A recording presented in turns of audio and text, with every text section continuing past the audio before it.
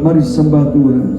Oh rabata kasyana ya rala barala barala masyana ya karala barala barala barala ya rala barala masyana ya rala barala barala barala barala barala ya rala masyana ya rala haleluya haleluya haleluya syana ya rala barala barala ya rala masyana ya rala barala barala barala barala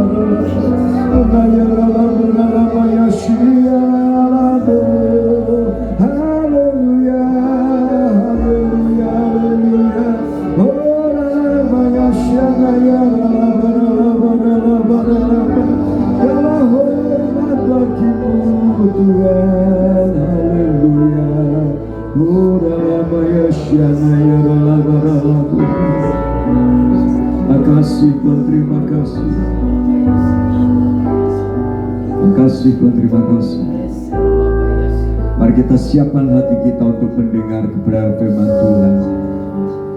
Biarlah hari-hari ini kita mengerti apa yang Tuhan mau. Kita dipanggil untuk menjadi penyembah-penyembah yang benar, yang menyembah dalam roh dan kebenaran.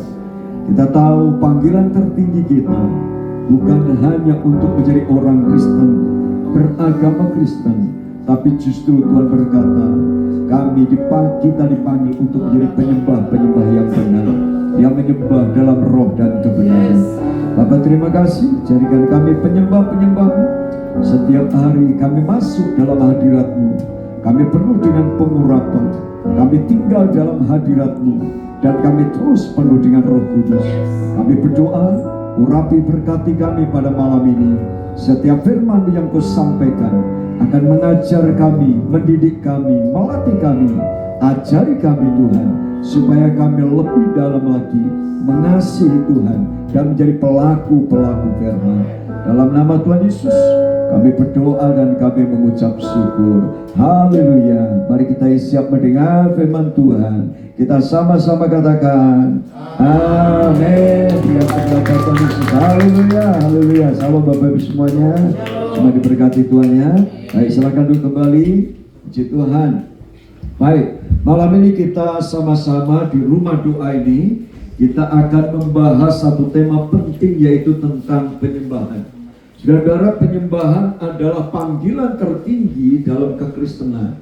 Dan tadi sudah diajak untuk memuji, menyembah apa yang disampaikan oleh Tuhan, bahwa kita dipanggil untuk menjadi penyembah. Ya, saya berdoa tidak seorang pun yang tidak suka menyembah.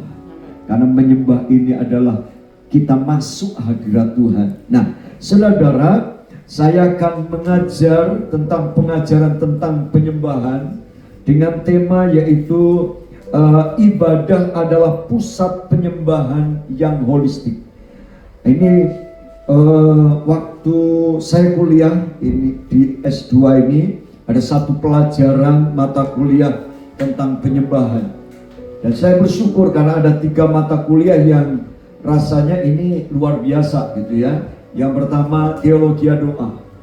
Dari tahun 2000 saya sudah jadi ketua doa, tetapi dalam teologi Tuhan membekali dengan doktrin kebenaran Alkitab tentang doa yang luar biasa. Nah, nanti kita pelan-pelan akan membahas bagaimana doa yang dasar Alkitabnya itu dasar yang lebih dalam lagi, sehingga Bapak Ibu akan mengerti kebenaran. Nah, juga pelajaran yang kedua yaitu manajemen pendidikan. Saya pikir dulu manajemen itu nggak penting, tapi di situ manajemen ini bagian yang sangat penting. Bagaimana kita manage keluarga, manajemen usaha, manajemen kehidupan, bahkan ada manajemen hati nurani juga ya, manajemen gereja. Ternyata manajemen bukan hanya untuk pengusaha saja, tetapi juga untuk pendidikan, gereja, dan banyak hal. Nah, intinya manajemen bisa dipraktekkan dimanapun. Tapi ada pelajaran yang ketiga, yaitu tentang teologi pujian penyembahan. Dan ini diajar oleh Bapak Dr. Hendrik Timadius. Beliau adalah salah satu tim teologi di Bapak Niko. beliau ketuanya, dan beliau sangat dalam membahas tentang pujian penyembahan. Kami sangat diberkati dengan pelajaran ini, makanya saya rindu nih, pelan-pelan nanti kita akan belajar ya, supaya penyembahannya itu lebih dalam lagi gitu ya. Saudara rindu belajar lebih lagi ya, supaya saya belajar, saudara juga belajar juga. Jadi ilmunya ditambahkan ke saudara gitu ya. Nah, malam ini kita akan melihat ibadah sebagai pusat penyembahan yang holistik. Dalam pendahuluan kita akan bahas ada 7 hal dalam pembahasan saya, tetapi kita mulai dari pendahuluan dulu.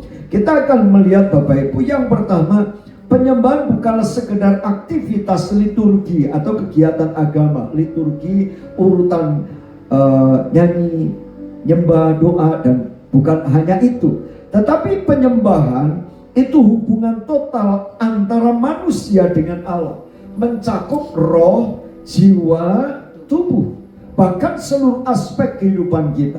Nah, kita nanti akan membahas hubungannya dengan 10 hukum Taurat atau dasatita.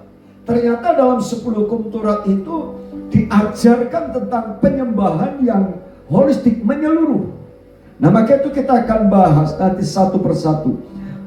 Dalam hubungan dasatita diberikan Allah itu di Gunung Sinai. Ketika Israel keluar dari Mesir, maka dibawa ke Gunung Sinai, dan di Gunung Sinai itulah Tuhan berbicara kepada Musa, memberikan 10 hukum Taurat atau dasatita. Dan dasatita dibagi menjadi 2 bagian penting, hubungan antara Allah dan manusia dan hubungan dengan sesama. Ada yang vertikal dan ada yang horizontal. Nah, Yesus menyimpulkan 10 hukum Taurat itu dalam satu hukum. Namanya hukum apa? Hukum kasih.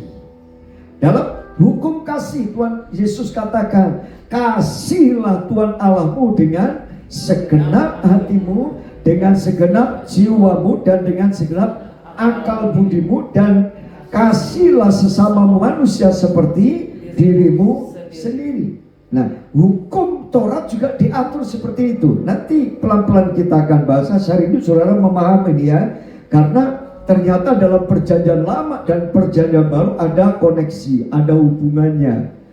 Nah, 10 hukum Taurat yang dimiliki oleh orang Israel itu juga masih berlaku untuk kita. Ada hukum moral, hukum sosial, dan hukum-hukum yang lain. Nah, dasatita itu menunjukkan bahwa penyembahan yang sejati tidak hanya bersifat rohani, tetapi juga bersifat etis atau etika, ada hubungan dengan sesama, juga sosial dan secara menyeluruh atau holistik. Jadi kita akan bahas. Nah, kita mungkin bertanya, apa sih Pak holistik itu? Nah, makna holistik dalam penyembahan, kata holistik berasal dari bahasa Yunani itu holos, artinya utuh, bukan ulos ya, holos. Saudara dari Medan tahu itu ulos ya. Nah, tetapi ini holos artinya utuh, menyeluruh. Penyembahan yang holistik artinya melibatkan seluruh keberadaan manusia, roh, jiwa, dan tubuh, dan juga dimensi kehidupan pribadi, keluarga, sosial, dan pekerjaan. Maka itu saudara pikir penyembahan itu hanya nyanyi? Bukan itu. Penyembahan, pujian penyembahan bukan hanya waktu kita, oh ayo kita nyanyi muji Tuhan. Bukan cuma itu. Tetapi diajarkan dalam Alkitab bahwa penyembahan itu adalah kegiatan menyeluruh seluruh kehidupan kita. Ya, di rumah pun kita menyembah. Waktu kita belajar menyembah, waktu kita sedang santai, itu sebuah penyembahan. Hidup kita antara penyembahan dan persembahan itu harus jadi satu. Kita ingat Kain dan Habil. Waktu Kain mempersembahkan korban, maka korban Kain ditolak karena Habil hidupnya tidak benar. Jadi Habil dan persembahannya ditolak. Kebalik. Kain dan persembahannya ditolak. Sedangkan Habil diterima dan korbannya juga diterima. Si penyembah, Habil itu si penyembahnya, korbannya itu persembahannya. Jadi saudara, kita ini penyembah. Waktu Bapak Ibu duduk di sini, waktu kita nyanyi, kita melayan, itu sebuah persembahan. Jadi antara penyembah dan persembahan itu sebenarnya satu kesatuan. Waktu saya menyembah sebagai penyembah, maka saya mempersembahkan pujian itu. Maka waktu saudara nyanyi, itu naikkan dengan sungguh-sungguh, ya kan? Kalau saudara nyanyi dengan sungguh-sungguh, itu sebuah penyembahan, gitu. Habil korbannya diterima, persembahannya diterima. Dalam perjanjian lama ada persembahan sulung atau buah sulung dari buah-buahan, dari hasil pertanian. Jadi sebenarnya bukan masalah hasil pertaniannya yang dipersembahkan, karena di Alkitab dicatat itu buah sulung dari tanaman. Tetapi masalahnya si penyembahnya. Maka itu pesan penting buat kita. Saudara, tidak mungkin pelayananmu berkenan, ibadahmu berkenan, persembahanmu berkenan kalau kita tidak hidup berkenan. Maka hidup benar itu penting, ya.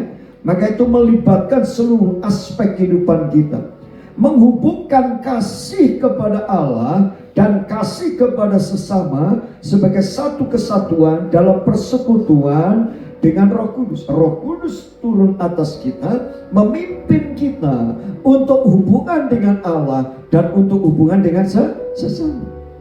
Maka buah roh itu mengatur hubungan kita dengan Allah. Dalam doa, Roh Kudus membantu kita, ya, supaya doa-doa kita berkenan kepada Allah. Dalam hubungan dengan sesama kita punya kasih, punya kesabaran, kebaikan, kemurahan, itu kita lakukan kepada sesama. Nah, maka dari itu makna dari penyembahan holistik ini, Roma 12 ayat 1, mari kita akan baca, saudara. Ini ayat yang luar biasa, yuk kita baca ya. Ini bicara persembahan dan penyembahan. Yuk kita baca, 2, 3. Persembahkanlah tubuhmu sebagai persembahan yang hidup, yang kudus dan yang berkenan kepada Allah. Itu adalah ibadahmu yang sejati. Perhatikan, ada dua. Persembahkan tubuhmu, tubuh kita dulu. Artinya tubuh kita sebagai persembahan yang hidup. Artinya tubuh tanpa roh mati. Nah, tubuh yang hidup artinya roh, jiwa, tubuh kita ini utuh menyembah ibadah kepada Tuhan. Makanya ibadah itu harus ada keutuhan. Bukan hanya tubuhnya saja ibadah, tapi jiwanya, rohnya juga. Ya, yang kudus artinya hidupnya benar, hubungan dengan sesama. Makanya tadi ada aspek sosial, bagaimana hubungan dengan suami, istri, anak. Itu sangat mempengaruhi penyembahan. Penyembahan kita berkenan atau tidak juga sangat dipengaruhi oleh hubungan kasih sayang kita dengan orang di sekeliling kita, bahkan kepada sesama kita. Nah, Daniel Blok ini buku yang sangat bagus sekali, yang sedang dibahas juga di dalam salah satu buku pegangan di kuliah. Itu dia tuliskan banyak hal tentang penyembahan. Nah, dia ngomong begini, penyembahan sejati melibatkan tindakan manusia sebagai respon rasa hormat dalam bentuk penyerahan diri di hadapan penguasa ilahi yang telah menyatakan dirinya dalam segala kemuliaan dan kasih karunia-Nya. Ingat, penyembahan terjadi ketika Allah yang maha dahsyat itu menyatakan diri. Dari pencipta itu menyatakan dirinya. Di Gunung Sinai dia turun. Waktu dia turun, maka seluruh Israel menyembah dia sebagai respon. Ketika Allah turun dalam wujud Yesus, maka kita juga menyembah Yesus, gitu kan? Sehingga juga di dalam Alkitab dikatakan bahwa setiap lutut akan berteluh, setiap lidah mengaku Yesus adalah Tuhan. Nah, kalau kita mengerti, maka penyembahan itu respon kita, rasa hormat kita. Ibadah itu rasa hormat kita. Makanya waktu kita ibadah, saudara, ayo nyembah sungguh-sungguh, ya. Jangan main-main. HP yang kalau lihat Alkitab boleh, mau foto, PowerPoint silakan, tetapi jangan lihat Yang lain dulu, Facebook yang lewat-lewat itu hati-hati. Itu akan mendistorsi, menghambat puja penyembahan kita. Kita nggak fokus kepada Allah, ya.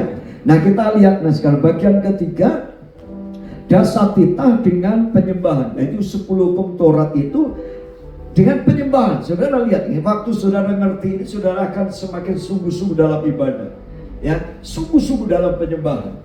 Kenapa? Karena ini ada 2 bagian penting. Coba perhatikan ya, bagian 1 hukum ke-1 sampai hukum ke-4 itu hukum yang mengatur hubungan dengan Allah. Itu 1 dengan 3, ya. 1, 3 hubungan dengan Allah. Hukum ke-4 adalah poros vertikal yang menghubungkan, yaitu hari Sabat, kuduskan hari Sabat. Itu di hukum ke-4. Nah, hukum ke-5 sampai 10 mengatur hubungan dengan sesama. Itu horizontal, gitu. Jadi kalau ini vertikal kan ada titik temunya. Nah, kita lihat ya. Coba. Nanti ada titik temunya itu di ibadah. Nanti saya akan jelaskan. Justru ini yang saya akan angkat supaya saudara mengerti nih. Ibadah itu ternyata titik perjumpaan kita dengan Allah dan dengan sesama. Ketemunya di gereja. Saling mengasihi. Bukan di gereja saling berantem, ya kan? Saling mengasihi. Ada korban. Kita membantu, saling mendoakan. Yang satu memimpin pujian, yang satu main musik, yang satu terima tamu, yang satu melayani, itu konseling, mendoakan yang sakit, yang satu memberikan persembahan. Nah, coba itu yang satu pengajar. Semua itu adalah bagian secara menyeluruh. Tuhan turun di ibadah, kita kumpul di ibadah. Nah, ini titik temunya nanti di ibadah. Makanya kita perhatikan. Namun di antara semua itu hukum ke-4, perhatikan ya, tadi hukum next slide kita lihat. Hukum ke-4 tentang hari Sabat, Keluaran 20 ayat 8 sampai 11, ada titik poros pusat antara kasih kepada Allah dan kasih pada ini yang saya mau tekankan ini ya. Mengapa hukum ke-4 menjadi pusat ibadah atau pusat perjumpaan kita dengan Allah dan manusia? Karena hukum ke-4 menghubungkan manusia dengan Allah, penyembahan kepada Sang Pencipta, objek penyembahan, dan hubungan dengan sesama, perhentian. Kita berhenti Sabat, Tuhan katakan kuduskan hari Sabat. Kita nggak kerja, kemana? Kumpul di gereja dengan anak-anak sekolah minggu, remaja, kita kumpul bareng-bareng. Setelah pulang, kita makan di mana? Makan bareng-bareng gitu kan? Atau kita kumpul bareng keluarga. Ada Sabat, perhentian. Bahkan dalam perjanjian lama lebih ekstrim lagi. Kenapa? Seluruh budak, karyawan, kambing, domba, semua istirahat. Gak boleh ada kerja. Ya, semua istirahat. Itu waktu fellowship kita dengan sesama dan juga dengan Tuhan. Gitu loh ya. Nah, maka itu Sabat itu waktu kudus yang Allah tetapkan untuk manusia bersekutu dengannya. Tuhan pilih 1 hari. Kamu boleh kerja 6 hari, tapi hari ke-7 kamu istirahat, ibadah, nyembah Tuhan. Di dalam perjanjian baru prinsip Sabat digenapi dalam Kristus sebagai perhentian. Ya, Ibrani 4 ayat 9-10, Tuhan menetapkan 1 hari nama hari perhentian. Sabat memiliki arti yang lebih khusus lagi dalam perjanjian baru. Bukan hanya hari Sabat, itu artinya hari ke-7. Hari ke-7 artinya hari apa? Hari Sabtu. Hari Sabtu itu hari ke-7 ya. Tetapi saudara, dalam perjanjian baru itu hari pertama waktu Yesus bangkit. Jadi hari perhentiannya di hari pertama. Maka hari Minggu itu hari pertama, hari libur, berhenti. Nah, itu hari yang ditetapkan. Mungkin Rebu di mana kita ibadah itu juga hari perhentian. Maka Yesus memakai dalam perjanjian memakai istilah hari perhentian. Kita berhenti dari segala kegiatan duniawi kita mengkhususkan untuk Tuhan. Ya, 1 jam kita saat teduh itu menjadi Sabat buat kita. Kita ada mesbah keluarga, Sabat buat keluarga. Ada ibadah cool, kita ada sabat perhentian ya. Kita berhenti, kita sharing, kita mengundang Tuhan turun dan kita saling mengasihi. Apalagi cool saudara, lebih jelas lagi itu kasihnya kan. Wow, yang lain datang nyembah Tuhan ya kan, ngasih firman, lalu disiapin itu pisang goreng ya kan. Wow, kasih ke sesamanya itu kelihatan banget itu ya. Kalau pulang dibungkusin lagi ya kan. Apalagi saudara di situ saling menguatkan. Nah, itu sabat yang hari perhentian di dalam perjanjian baru ya. Jadi masih tersedia suatu hari kata Tuhan, yaitu hari ke-7 bagi umat Allah. Nanti juga ada hari perhentian kekal, yaitu dalam kerajaan surga. Ya, hari perhentian itu juga disebut 1000 tahun perhentian. Itu kita masuk dimensi itu nanti ya. Kita rindukan. Nah, kita lihat tabel supaya lebih jelas. Bapak coba lihat tabelnya. Memang ini agak kecil-kecil karena 10 ayat 10 hukum ini masuk semua. Jadi agak kecil-kecil mungkin ya. Tapi saya berharap saudara masih bisa baca ya. Nah, kalau kita perhatikan di sini, hukum yang pertama, jangan ada Allah lain, ya kan? Nah, bagian terakhir lihat ujungnya itu ya, ujungnya itu wujud penyembahan holistiknya, yaitu mengasihi dan memprioritaskan Allah. Yang kedua, jangan membuat patung ya. Nah, itu kemurnian ibadah. Bagian terakhir apa? Menyembah dalam roh dan kebenaran. Yang kita sembah hanya satu, siapa? Tuhan, bukan patung, bukan berhala yang lain. Yang ketiga, jangan menyebut nama Tuhan dengan sembarangan. Artinya apa? Menghormati Allah dengan perkataan kita. Ayo kita nyembah, kita sungguh-sungguh gitu. Ya, kita lakukan bagian kita ya. Lalu yang keempat ya, ingatlah dan kuduskanlah hari Sabat. Ini pusat vertikal, jadi titik temunya ya. Ibadah penyegaran, komunitas kasih, penyatuan dengan Allah dan sesama. Ini makanya ini saya kasih blok kuning supaya saudara ngerti ini. Ini titik sentralnya. Maka jangan remehkan ibadah. Hormatilah ayah dan ibumu. Ini mulai ke horizontal, mulai ke sesama. Pertama, perhatikan keluarga saudara. Itu hormat ke orang tua, mengasihi anak, mengasihi keluarga. Itu nomor 2 bagian hukum kedua. Maksudnya hukum yang penting sebelum yang lain-lain, mengasihi orang lain. Tuhan mau, kan ada 2 hukum kasih kan. Kasih kepada Allah, kasih kepada sesama. Sesama itu pertama yaitu di keluarga inti dulu, suami istri keluarga. Nah, lalu jangan membunuh, ya kan? Jangan membunuh, artinya menghormati citra dalam sesama kita. Karena apa? Dia juga gambar Allah. Lalu yang hukum ke-7, jangan berzina, kesetiaan relasional, kejujuran, tanggung jawab dalam pernikahan, yaitu menjaga kekudusan dan integritas. Suami istri jaga kekudusan, anak-anak muda jaga kekudusan. Jangan sampai kita lakukan hukum ini ya, melanggar hukum perzinahan ini, jaga. Lalu yang ke-8, jangan mencuri. Itu menghormati hak sesama, milik sesama. Jangan berzina. Kita harus hati-hati dengan apa yang kekudusan dalam diri kita. Lalu yang ke-9, jangan bersaksi dusta. Itu bicara tentang kejujuran dalam komunikasi. Kalau ya katakan ya, kalau tidak katakan tidak. Dilarang berbohong, berdusta, apalagi saksi dusta, ya kan? Nah, yang ke-10, sudah lihatnya, jangan mengingini milik sesamamu. Ini hati dan motivasi yang murni adalah dasar penyembah. Jadi lengkap, saudara. Dan 10 komentar itu mengatur penyembahan itu adalah seluruh bagian hidup kita ini.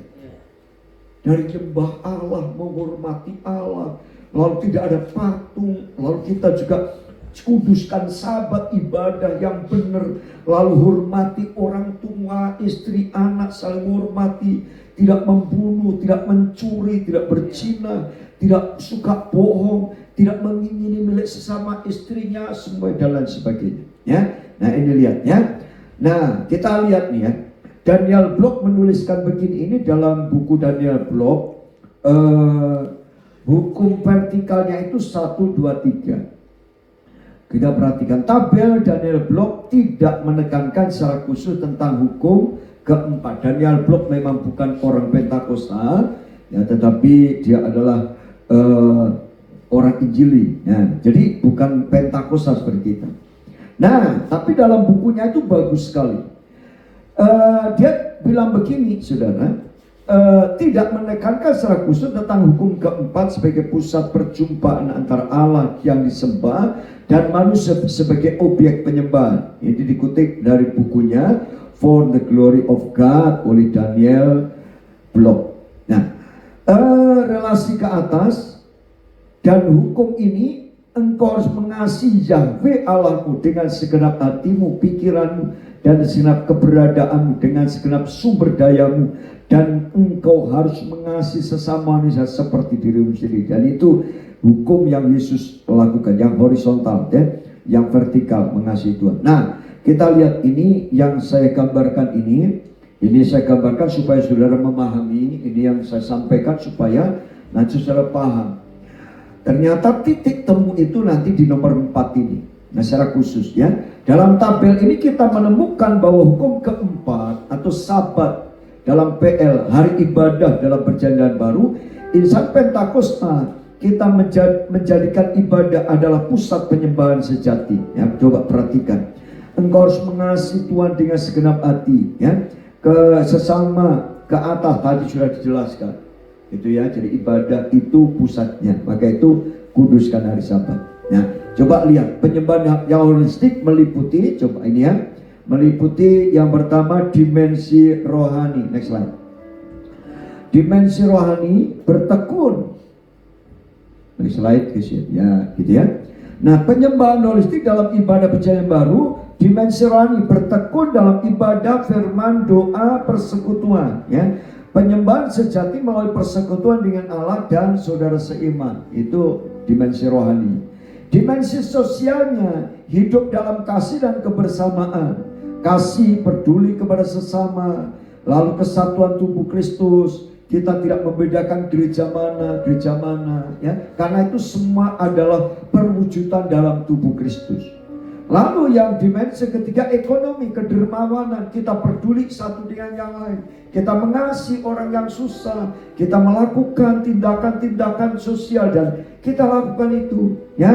Ekonomi, kedermawanan, pengelolaan harta bagi kerajaan Allah. Kita membangun gereja bersama. Kita melayani, membiayai misi. Kita membantu orang yang miskin. Itu bagian dari sebuah ibadah penyembahan kita. Nah, menyembah Allah dengan kepemilikan dan berkat materi. Artinya apa? Kenapa ada persembahan? Dalam Alkitab, persembahan tidak bisa dipisahkan dari dulu sampai sekarang. Orang Israel membawa korban persembahan. Bahkan orang Israel itu banyak sekali jenis persembahannya. Kenapa? Karena itu bukti kita cinta Tuhan. Orang yang mengasihi Tuhan pasti dia juga memberikan persembahan yang terbaik. Nah, itu ya. Nah, dimensi yang keempat adalah dimensi kuasa, tanda dan mujizat oleh Roh Kudus. Dalam perjanjian baru, bagian keempat ini, ibadah itu menyatakan mujizat. Ada kesembuhan, kita doa untuk orang sakit, kita nyatakan mujizat. Dalam perjanjian baru, dalam Kisah Rasul, mereka mengadakan mujizat. Bayangan Petrus menyembuhkan orang sakit. Mujizat itu menjadi perwujudan dalam ibadah. Jadi ibadah bukan hanya hubungan dengan Tuhan. Ibadah bukan hanya hubungan dengan diri kita. Ibadah bukan hanya hubungan dengan sesama. Ibadah bukan hanya hubungan dengan dunia ini, tetapi keseluruhan hidup kita. Dan kita dipanggil untuk menyatakan mujizat. Kalau ibadah kita benar, maka Tuhan akan turun. Dan waktu Tuhan turun akan mengurapi kita. Dan melalui kita, mujizat akan terjadi.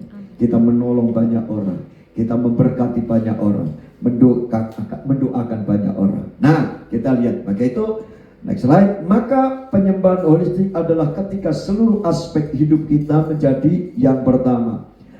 Yuk kita baca 2, 3. Ada kehadiran Allah yang nyata dalam hidup dan ibadah kita. Nomor 1, saudara merasakan hadirat Tuhan setiap ibadah. Baik. Yang kedua, saudara, yuk kita baca 2, 3. Alat kasih kepada sesama. Waktu sudah berikan persembahan, saudara mengasihi hamba Tuhan yang full timer, karena itu hidupnya dari situ. Hamba Tuhan memberikan firman, melayani, karena hidupnya di situ. Ya kan? Lalu saudara memberikan korban sosial, ada diakonia.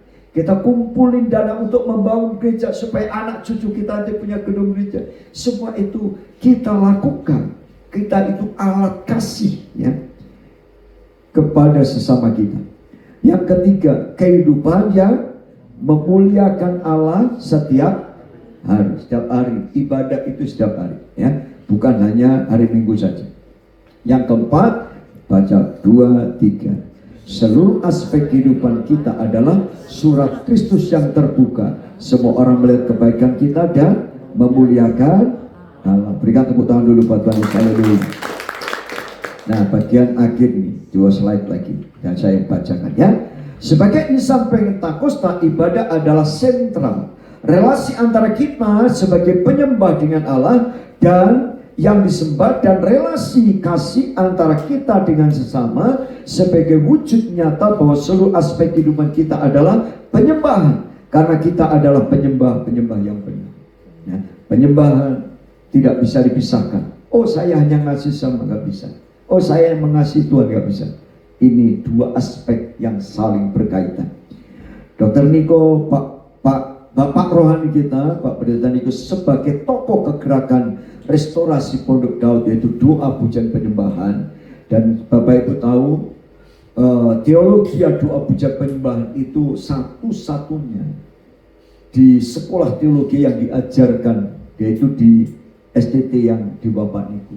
Di STT lain nggak dibahas, karena itu bukan doktrin yang menurut mereka sentral, tapi buat kita ini sentral. Jika kita diajarkan.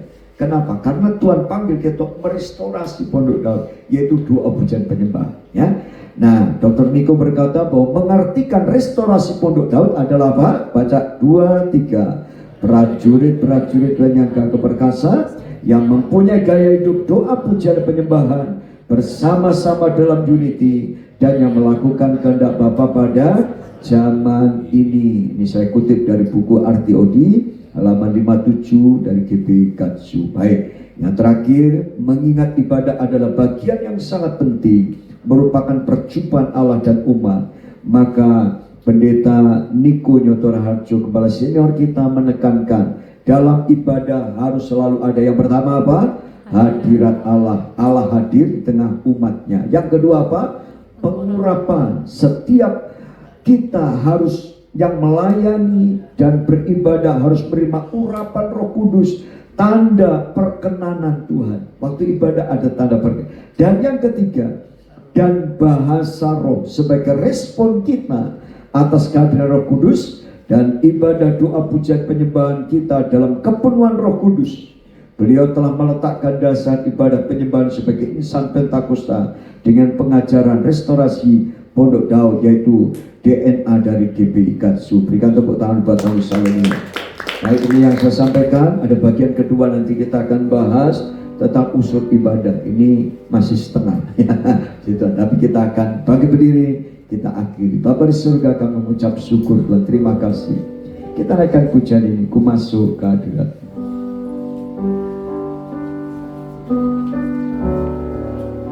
Ku masuk ke hadirat-Mu,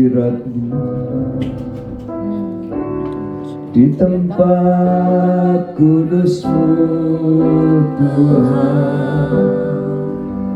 Tiada kata-kata selain bagi dan sembah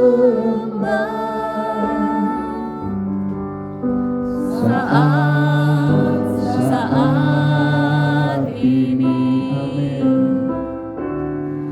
Angkat indahnya Tuhan.